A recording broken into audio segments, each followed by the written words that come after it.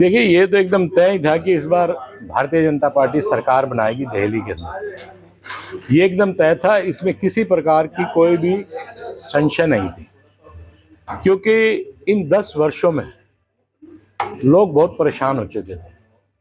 जो पिछला शासन भी रहा, लोग उससे तो परेशान थे ही थे, लेकिन इस 10 साल के समय में जिस प्रकार से केजरीवाल ने ये सत्ता चलाई, दिल्ली को चलाया, तो लोगों की आत्मा रो रही थी और लोग अवसर ढूंढ रहे थे कि मौका मिले और हम केजरीवाल को लपेटने का काम करें। और उस अवसर को दिल्ली की जनता ने छोड़ा नहीं और केजरीवाल को लपेट के भेज दिया। लेकिन वो तो ये कह रहे हैं कि साम दाव दल भेद भाजपा ने सब कुछ। पहले 10 सालों में भी तो भारतीय जनता पार्टी थी, तब क्यों नहीं अपनाया ये साम भेद दंड? सबसे झूठा व्यक्ति अगर इस पूरे भारत में कोई है तो आप केजरीवाल को कह सकते हैं। झूठ के बलबत्ते पे ही लोगों को झूठ बोलकर उसने सत्ता को हथियाने का काम किया और 2 बार वो दिल्ली के मुख्यमंत्री रहे, सिर्फ इस झूठ के बल पे। वो कहते हैं ना, मदारी की तरह उसने लोगों को जचा दिया इस बात को कि वो सही व्यक्ति है।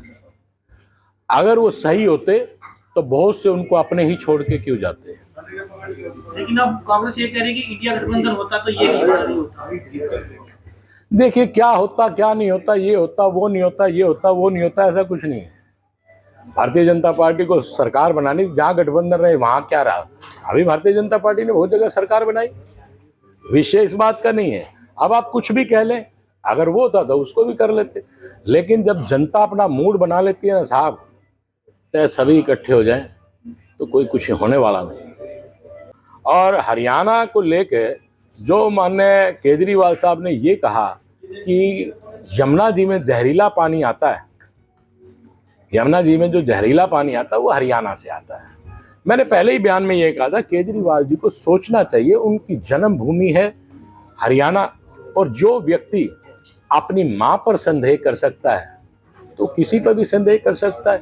इस बात ने भी बहुत प्रयोग किया, लोगों के दिल में आई कि जो व्यक्ति अपनी मां का नहीं हो सकता वो किसका हो सकता है। इस बात पे भी दिल्ली वाले लोगों ने उनको ठोकने का काम किया, वोटों में इतनी मार से उनको हराने का काम किया।